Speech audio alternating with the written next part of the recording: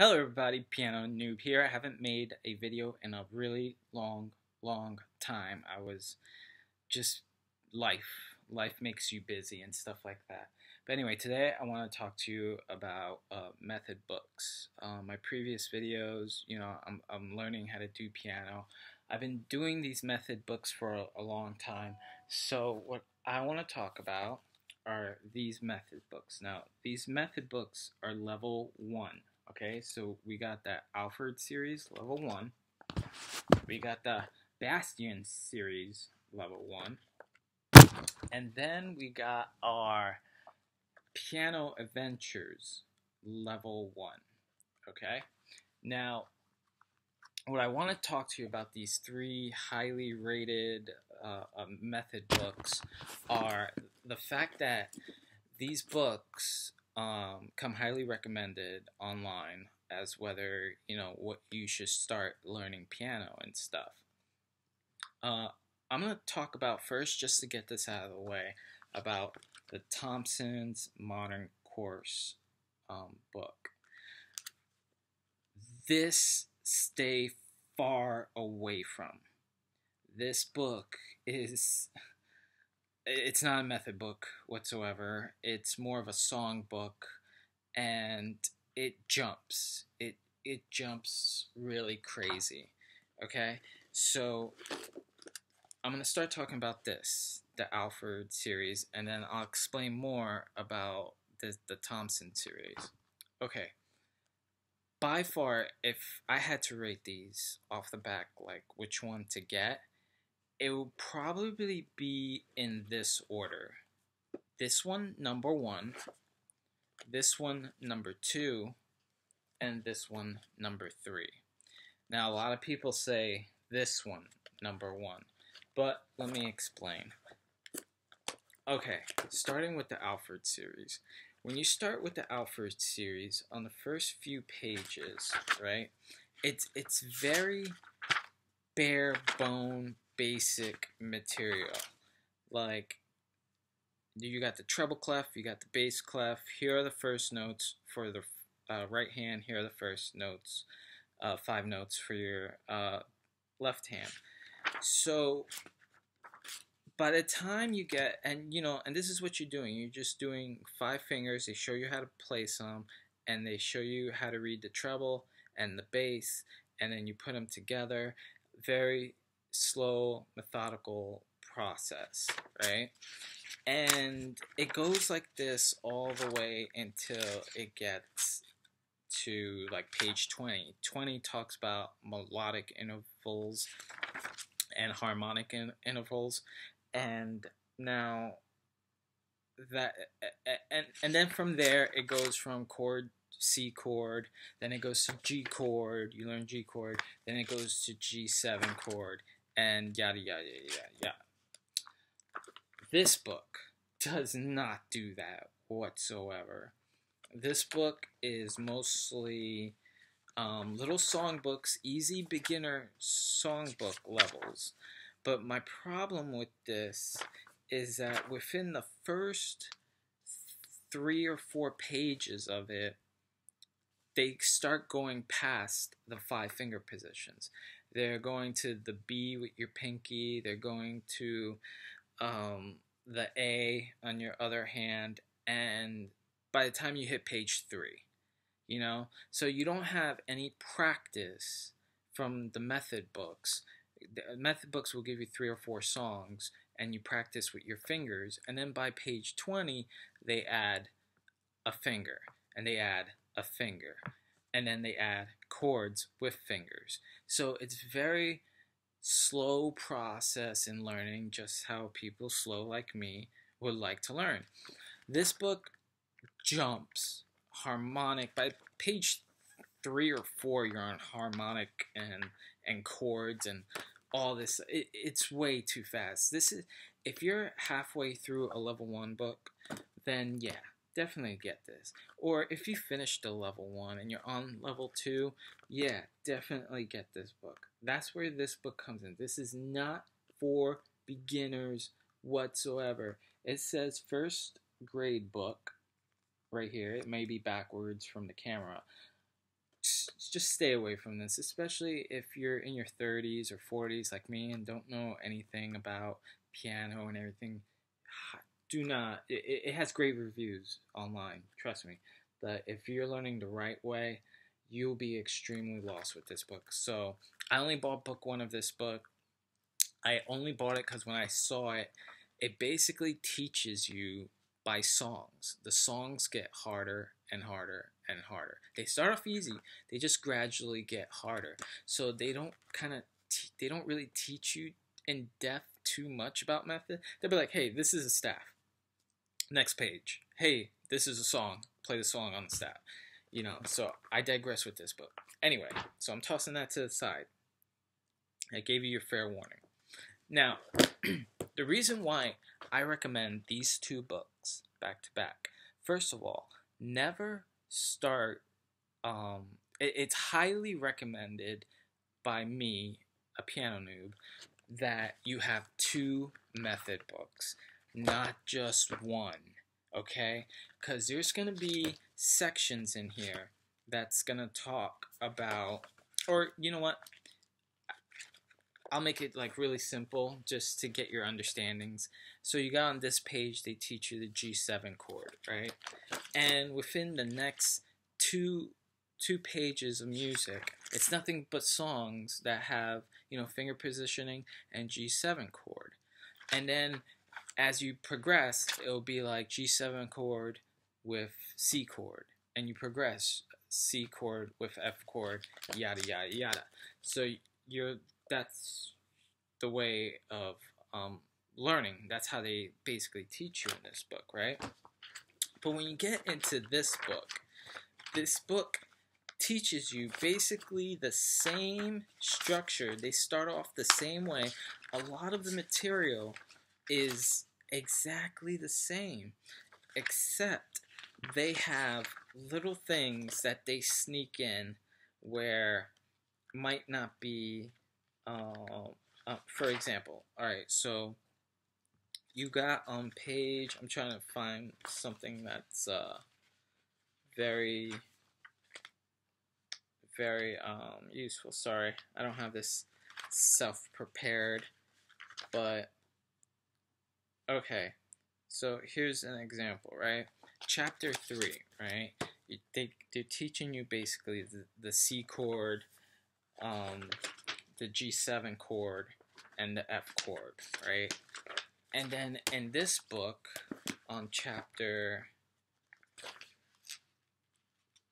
these don't really go too much by chapters, but by the time you hit page 32 on this book, they're teaching you the C chord. So while you're learning a C chord in this book, this is just purely an example. On this book, you're probably learning harmonic intervals, melodic intervals.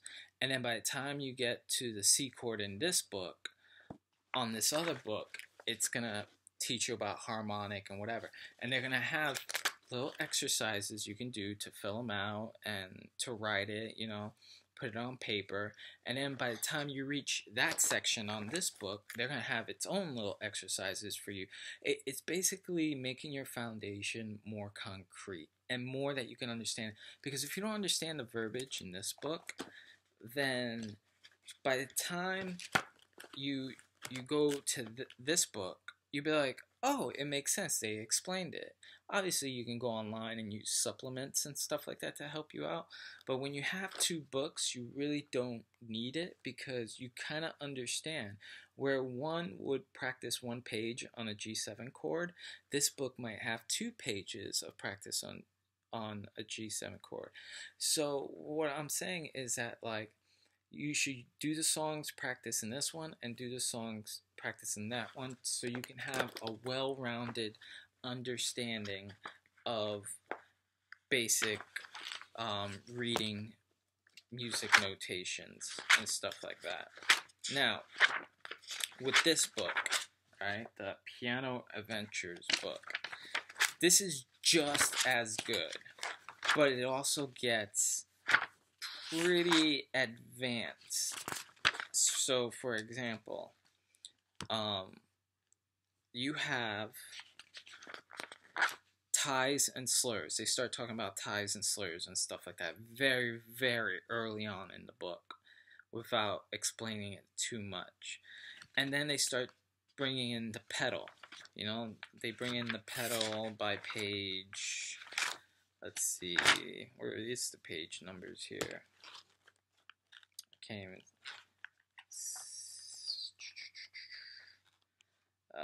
sorry. Like, page 11. By page 11, they're talking about pedal input and everything like that. But for the most part, it's definitely different. These books kind of mirror each other with one or two lessons outside of the book that this one might not have, but this one does. But when you put them together, they're like perfect. With this book, the problem with this book that I guess I have is, one, there's no user interaction here, meaning there's really like no homework assignments. There's really not like, okay, draw a treble clef or draw a bass clef or draw where the notes are supposed to be or show me the melodic intervals. Is this a second? Is this a third? Nothing like that. It just kind of tells you what it is and shows you what it is, and you can easily just be like reading it and you'll be like, oh, okay, that's melodic intervals. All right, next page. Oh, I'm learning F chord. All right, let me practice this on the piano. Blah blah blah blah. So it doesn't really put it, I guess you could say, concrete down into the page, or into your memory. I mean, it's just as good. It has the same information as this, but when it comes to practice, unless you're very self-disciplined, I would say get this book. But hands down, if you're gonna just get this book, if for some reason you're a big fan of Faber, I think the company is called. If you're a big fan of Faber, get one of these books, either this one or this one. Like I said, these two are practically identical.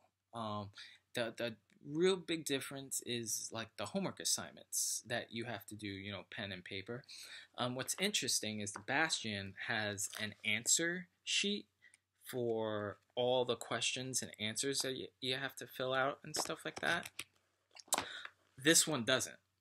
So if you're doing the homework, like, you could be wrong, and you'll never know. You know, this is, I guess, geared for a teacher student to look over the homework, and the teacher will tell you what's wrong in it. But the Bastion has the homework assignments in it, and it has the answer sheet in it as well. But I've been going back and forth between these two. By the time I hit page 40 on this book, I'm on page like 35 on this book, because they kind of go off a little bit harder and teach you harder stuff a little bit earlier. So it's very, you can grasp the material, but it's very challenging. I believe this one's a little more challenging than these Bastion ones. And, trust me on these two, guys. Just trust me. Get these two. Use them together. It's the same material on certain pages. If you're learning the C chord on, chapter 3, and C chord is on like page 32 here, you're doing the same exercise together with different notes, different techniques. Not different techniques, but different songs to use your fingers differently. So it gives you an all-round full exercise. Don't use just one method book. It's silly. Don't use one. Use more. Use two. I got 3 because I was, really curious. These are all great. What's the problem? And now I understand why. Now, they have this I think it's a Christmas deal. You get this book, and it's like a package deal, and they give you these 3 books with it. Classics, Popular, and Christmas. I tell you this much, yes, these are easy. They're geared for easy level. But you're only really going to be able to play this once when you're past all these method books, once when you're past page, I don't know, like 75 and above. Because by that time, you'll know everything past the treble clef and the bass clef, basically the notes that go under the lines and the notes that go above the lines. Because most of the songs here, not all of them, but I would say 10% of the songs here stay within the bass and treble clef. The rest go a little bit above, and if you don't know those notes yet, because you're learning and you're doing it right, just wait to, because I'm on page like 45 on all these method books. So, and I skipped ahead and I read, hey, what am I going to learn by the end of this book? Because I was really, interested. And looking at the material and the songs and what they teach you and stuff like that, when you start getting these level 1 song books, all right, you basically can play them once you're past page 75 on them. So this came like in a box and it came all together. I highly recommend it, especially, if you're going to pick up a Faber book and stuff like that. You end up saving, I think it's like $10 rather than buying these little things separately. And they're good for a lifetime. So these are level 1s. Like I said, you got your classic, your popular, and the Christmas. I was sold on the Christmas since Christmas coming up, and I really want to play some Christmas music. Okay, next method book is the Classical Piano Method. Sorry, the words were backwards on my screen. Do not recommend this book at all. Stay away from it. Once when you get more advanced, then you you'll understand this a little bit better. Me, I this this this book is all over the place. Okay, it's all over the place. It gives you notations on what things. It gives you a little history about things. It gives you like a teacher-student exercise down here. But this book is so confusing to read, and it's all over the place. And unless you have used a DVD, I think there's videos on here. I'm not sure. I don't have a CD DVD player on my computer anymore, so I don't even know how to get this stuff out of there. But either way, it's very confusing to understand this if you're a beginner student and you're just learning the foundations. It's very hard to grasp. It just is. I put this book aside, and every time when I get about 10 pages deeper in my method books, I'll come back to this book and I'll look at it again. And it's the way the layout is written is so confusing. What do you want me to do? Why do I need to know this? No, I just basically, hey, this is 3/4 signature. Okay, do you want me to play that passage? Or do you just want me to look at it? Like treble clef for the right hand. Okay, there's your finger positions. Okay. Do you want me to play this? Or are you telling me about what a repeat sign is? I don't recommend this. I saw it. I thought it was interesting because we all want to play classical music. Maybe when I get more advanced, this will make a lot of sense. But I don't recommend this book as of yet, as a beginner. Alright, next I want to talk about the famous Hanon exercise books. Now with the Hanon exercise books, it's great. It's only great if you know all the notes on the treble clef. Because when you start out at a 5-finger position, you're great for the first 2 lines. After you get past those 2 lines, you're going on notes that are outside the range of the exercises. So if you guys don't know what this book is, it's just basically a finger exercise to help you with your speed, to help you with your tempo and everything like that, to speed things along. It's just a finger exercise book, which is highly recommended. But if you can't read all the notes, it's not good for you. But like I said, it's good to have until you can, so that's why I got it. Now, for my personal uh, reasons why I wanted to learn how to read music notation is because I'm a gamer and everybody loves Zelda. Now with these piano books, I've quickly figured out that they sell an easy version and then they sell a piano version. And what's weird is the piano version is the real version, and the easy versions are just easy enough for a beginner to play and get the tune right and stuff like that. So I started out with the easy version because I was just curious. There's probably maybe 3 or 4 songs I can play on this by sight rating, but the rest I need to know all the notes. Excuse me. And last book that I got, because it's Christmas, and of course, the Charlie Brown Christmas. Very hard to play. Very hard. Maybe 1 or 2 songs. I mean, here are all the songs. And maybe 2 or 3 you can attempt, but the rest, you have to know notations on the staff.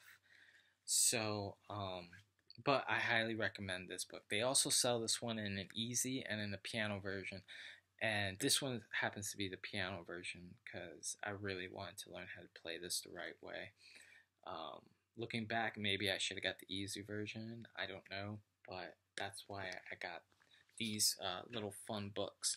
There are a lot of other books out there like Halloween, Christmas.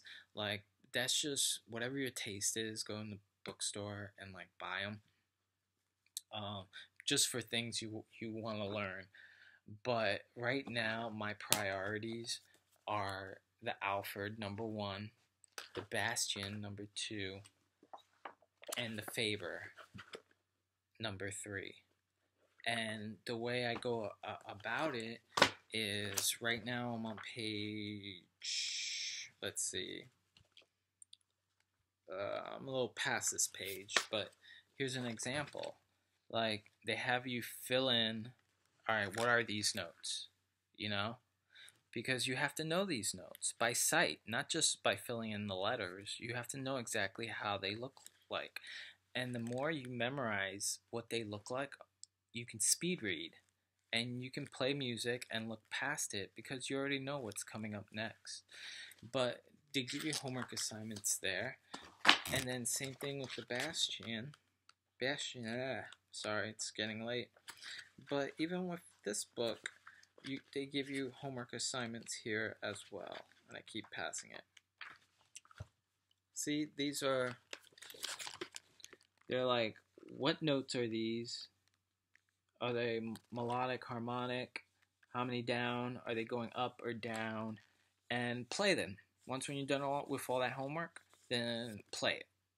And then move on to the next assignment. Like, you did your homework? Okay, now let's play. Blah, blah, blah, blah, blah.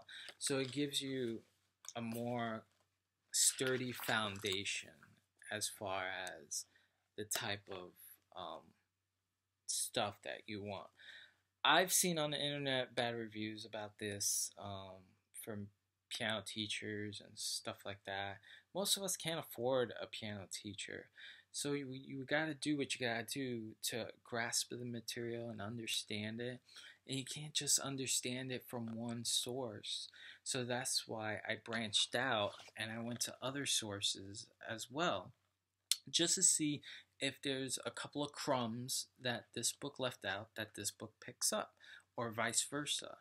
So maybe it's a little overkill, but I got 3 books.